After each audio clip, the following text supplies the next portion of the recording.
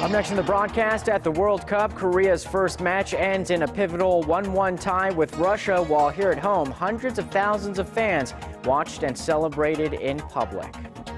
President Park will focus on her Eurasia tour and will deal with her embattled pick for prime minister after she comes back. This as lawmakers from both sides have challenged the nomination. Over the past 2 decades, a key figure measuring income inequality rises at a fast clip in Korea, and experts say this has the potential to keep us trapped in a low economic growth cycle. Primetime News begins now.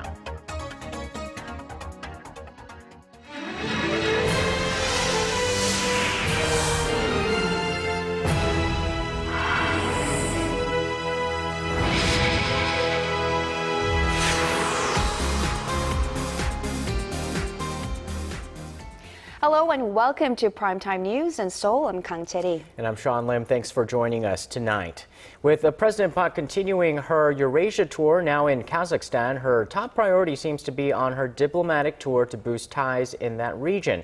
But controversy continues in domestic politics, especially in regards to her prime minister nominee. However, the top office says that she will wait until after she comes back from her overseas trip to decide whether to push forward with her pick. Kim Young-gil has this report. President Park Geun-hye is mulling over whether to submit a motion to the National Assembly asking for a confirmation hearing on Prime Minister-designate Moon Chang-gu. The president is receiving updates on domestic affairs from top aides during her trip. The motions requesting the confirmation of nominated cabinet members will be reconsidered after she returns to Korea.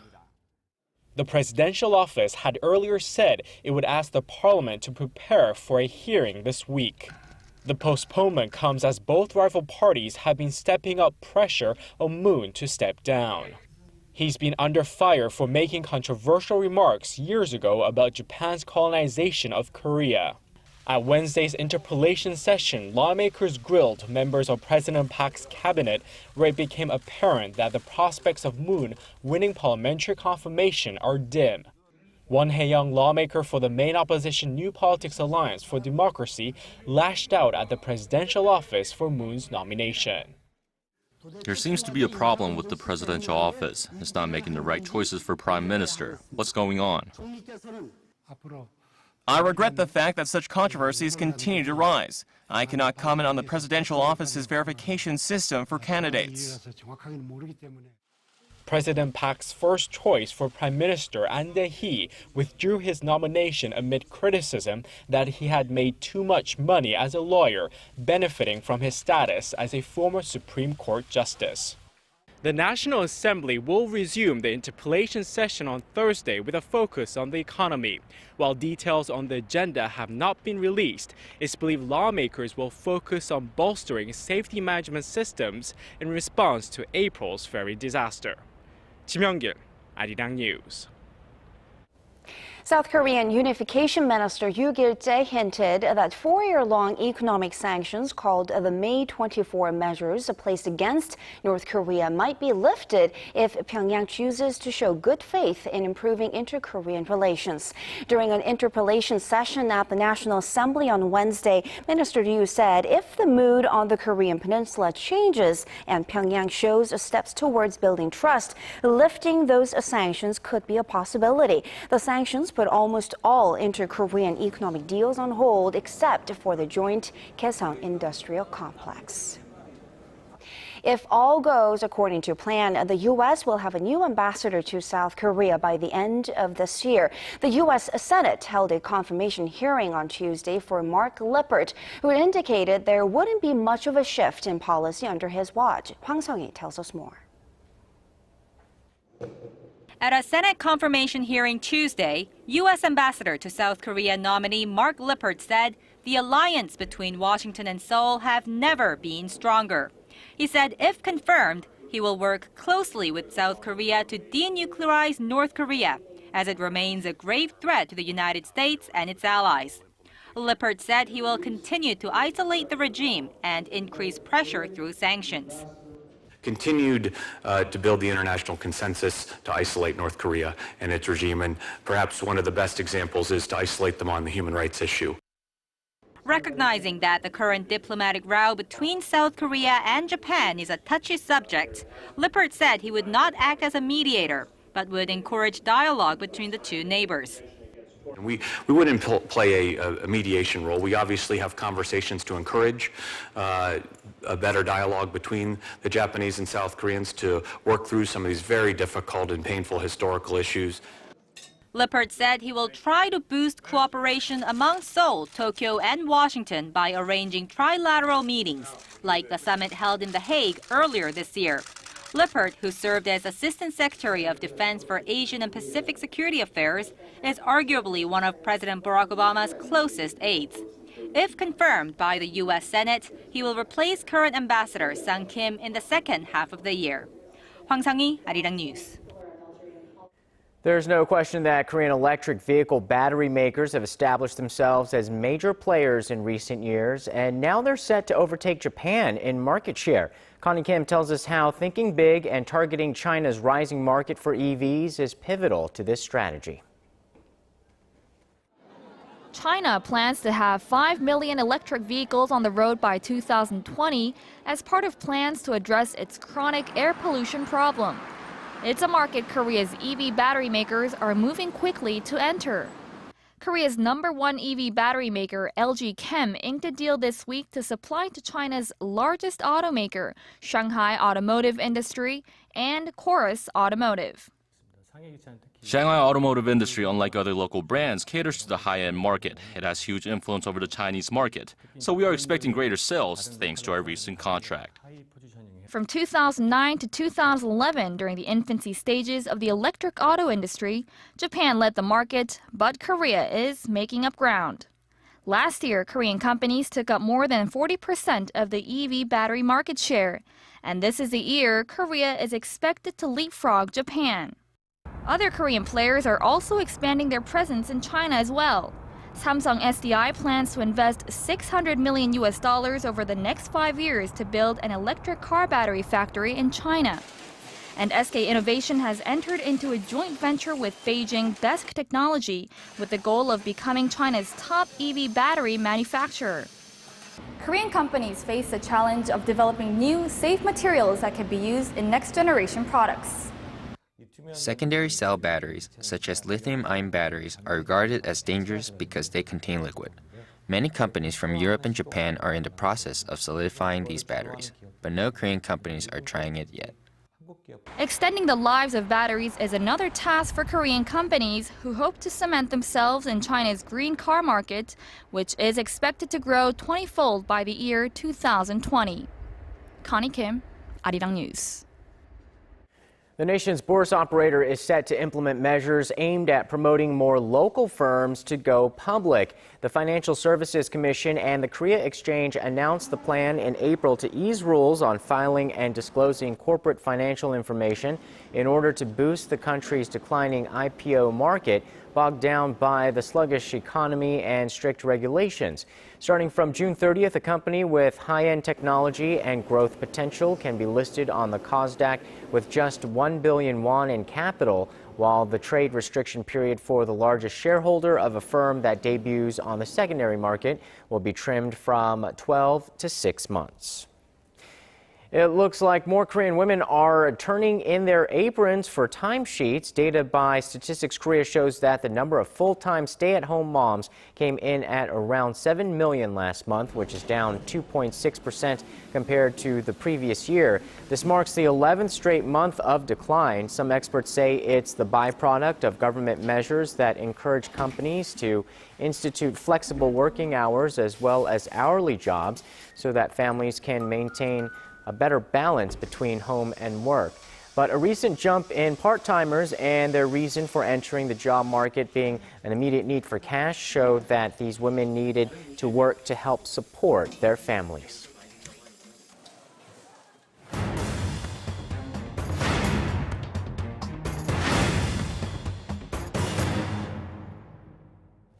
One of the leading economic narratives of our times is income disparity, and our Hwang Jie is here with us to talk more about this issue. So, Jie, how bad has income disparity become in Korea? Well, Korea's income inequality is in fact growing at one of the fastest rates in the world. And for details, it does get a bit technical. But if you take a look, Korea's Gini coefficient, a measure used to gauge the income gap, focusing on Korea's urban areas, you see the gain in this index from 1990 to last year. A reading of 0 means complete income equality. So a higher number near 1 indicates a widening gap in earnings between the haves and have-nots. And what's more worrisome is the pace of growth in income disparity. An ADB report shows that Korea's Gini coefficient grew at the 5th fastest rate among 28 Asian countries over a 20-year period beginning in 1990.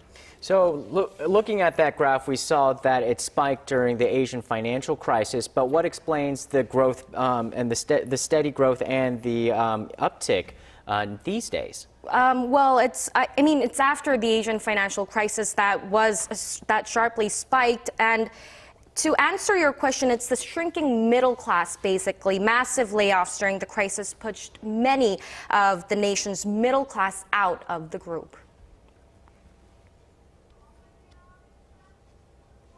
Before the crisis, most ordinary people thought they had a job for life, and companies were reluctant to fire people. But after the crisis, a large number of mass layoffs took place, which resulted in widening income gaps. So why is this a problem? Or maybe that was a stupid question, but why do we need to fix it at this point? Well, Korea needs to break away from this low growth trap, slowing growth. And to do that, boosting domestic demand is considered the key to do so. And more important is that the active private consumption comes from a large and healthy middle income group. No matter how much more money the higher income group or the wealthy earns, it does not necessarily lead to more consumption. And experts say it simply means capital accumulation.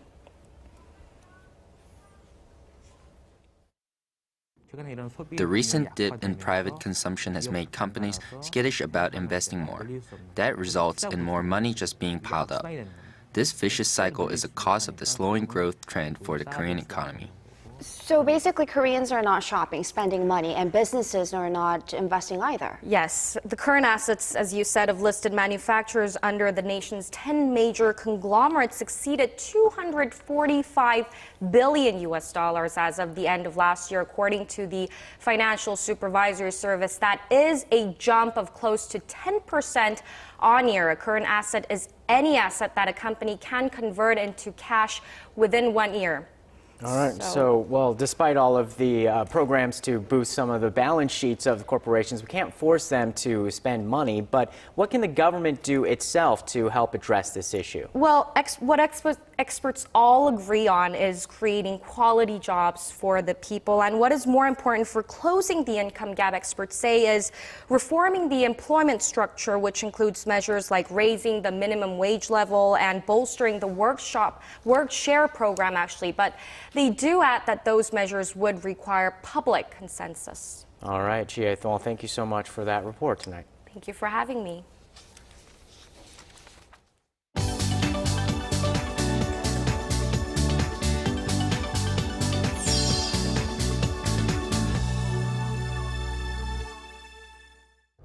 The U.S. has captured the key suspect who led an attack on its consulate in the Libyan city of Benghazi that killed 4 Americans 2 years ago. For more on that story, we turn to Paul Yee at the News Center. Paul, the Pentagon says this was a major operation carried out by U.S. Special Forces and the FBI inside Libya.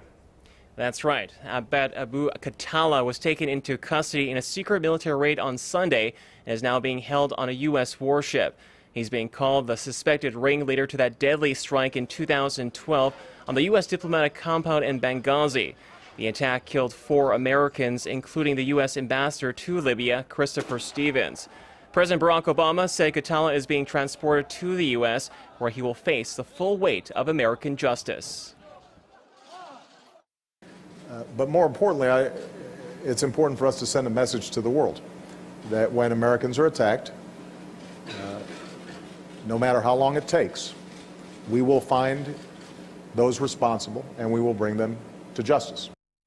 Khatala is expected to be charged and prosecuted through the U.S. court system and will not be sent to the infamous Guantanamo Bay facility.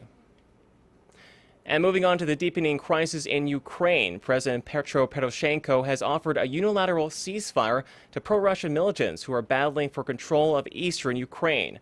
Speaking to reporters in Kiev, Poroshenko said the peace plan would soon be implemented in order to allow Russian mercenaries to leave the country.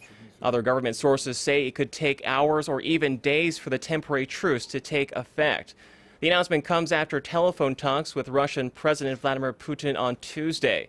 Meanwhile, Ukrainian security forces and pro-Russian separatists are continuing to clash in the eastern city of Slavyansk. The conflict has fueled a grave humanitarian crisis in the region since militants took control of government buildings in April. Many innocent civilians have been caught in the crossfire, with thousands fleeing to Russia or western Ukraine.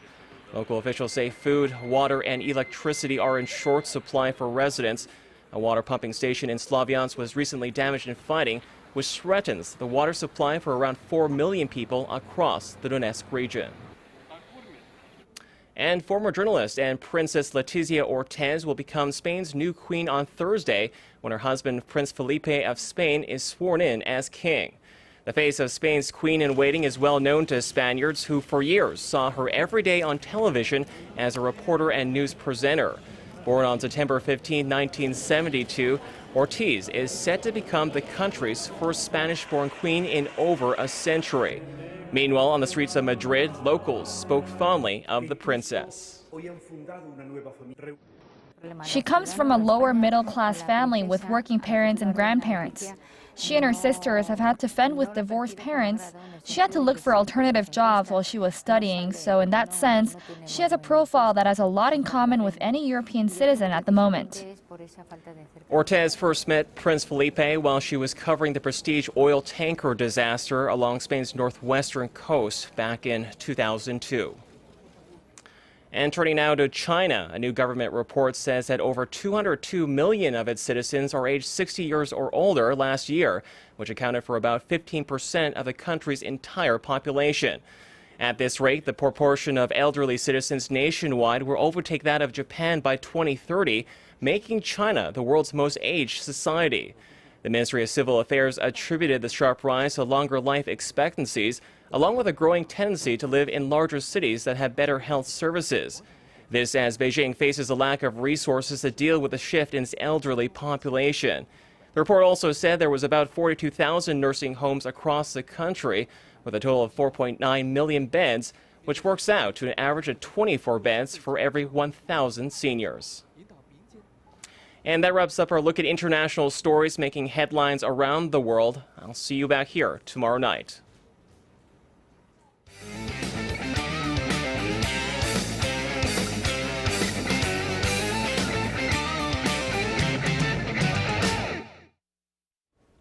Hello and welcome to Primetime Sports. I'm Stephen Che.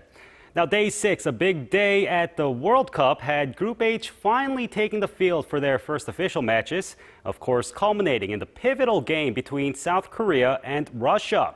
Now, despite kickoff after sundown, it was a hot and humid start to the match.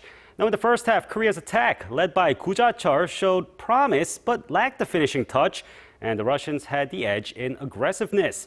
And with the second half underway, it was tipping to the Koreans early on, and a timely substitution, bringing in Lee Gun-ho, proved to be the spark as his hard-hit strike found its way past the keeper and into the net. But minutes later, Russian sub Alexander Kershakov capitalized on a sloppy clearance to level up the score, and the match ended like that in a 1-1 draw. Now let's take a look at the other matches of the day, starting with the Group H meeting between Belgium and Algeria. Now, Algeria took an early lead as Sofiane Feghouli converted a penalty kick, but Marouane Fellaini's superb header tied it up, and Dries Mertens' finish on a counter-attack gave Belgium the 2-1 win and the lead on the Group H standings. Meanwhile, it came back around to Group A with Brazil taking on Mexico, and Brazil's attack behind Neymar came at full force, but Mexican keeper Guillermo Ochoa's brilliant saves kept it level, with the game ending in a 0-0 draw. And here in Korea, tens of thousands of fans took to the streets early in the morning to cheer for the Taeguk Warriors as they took on Russia. Our reporter Kwon So-ah, who was among the sea of red, reports. 대한민국! 대한민국! 10,000 supporters converged on the streets of Gangnam in southern Seoul to watch Team Korea's first match in the 2014 World Cup against Russia. Yeongdong-daedo Street was one of 26 main cheering locations across the nation. Roads were blocked off the previous evening as people began to stream in the pitch dark. They did not have to wait in silence. Famous Korean singers took the stage in the hours leading up to the beginning of the game. The main event was Korean pop star Psy's performance of his hit songs Gangnam Style, Gentleman, and Champion. The cheers and excitement built up to a fever pitch when the whistle blew for the start of the game, and of course when Lee Geun-ho scored his goal in the second half. The atmosphere in Korea is very, very great. We feel it's very, very friendly, and we really, really like it. So, Korea fighting! Korea fighting! I think that Korea is going to win against Russia. At least I hope so. However, groans echoed throughout the crowd when Russia scored their equalizer. Disappointment over having let the 1-0 lead slip away, but also relief that the team didn't lose their first game and still has a great chance of qualifying for the knockout stage. I anticipated we will win. I'm disappointed about the draw, but I think we will fare better in the next game. Koreans have shown once again how they unite behind their nation's football warriors, even if it means getting up at the crack of dawn. Street cheering will start even earlier in the next game against Algeria, which kicks off next Monday, 4 a.m. Korea time. Kwon So-ah, Arirang News. And that time difference didn't affect the Koreans in Brazil, who showed up to cheer for their side at the stadium as well as other viewing locations across the Latin American country. Our Son Jung-in has more. Decked out in red, these Korean nationals gathered at a hotel in Foz do Iguaçu, Brazil, where the Korean national soccer team is staying.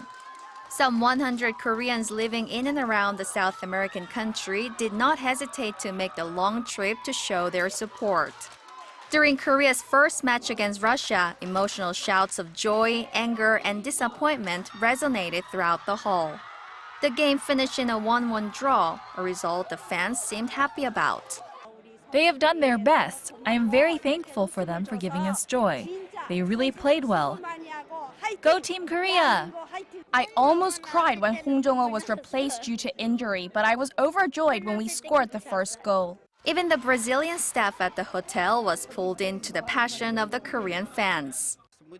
They played really well like pros. I think Korean team will stay in Brazil for a while.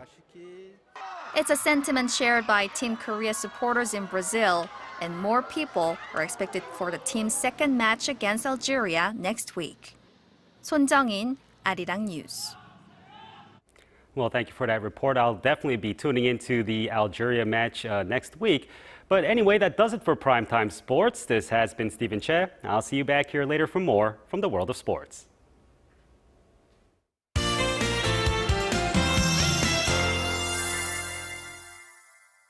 Well, luckily we didn't get any rain this morning, but skies quickly gave way to showers in some places in the country. For more, Kim Bo-kyung joins us from the Weather Center. Bo-kyung, what's the latest? Well, areas in the central regions are getting rain accompanied by stormy conditions and thunder. This is a result of the nation being at the edge of a high-pressure front from the West Sea. However, hot summer conditions are expected in most regions tomorrow, so enjoy the sunshine while you can because another bout of precipitation is forecast this weekend. Well, next Monday, Team Korea faces Algeria at Brazil's southern city of Porto Alegre. Weather there for tomorrow looks to be moderate with daytime highs reaching 13 degrees. Back here in the nation, rain clouds may stick around through tomorrow in Gangwon-do province, and a heads up as fine dust in the air should soar to higher than normal levels. On to Thursday's readings. Seoul and Busan hit 27 while Daegu and Gwangju soared to 31. 21. Taking a look at other regions, Jeju reaches 25, while Dokdo and Mount Kumgang make it to 20 and 18. That does it for this hour, but I'll be back with more after midnight. Thanks, Bo-kyung. And that wraps up this edition of Arirang News. Thanks for watching. And I'll be back here at midnight for Late Night Edition. See you then.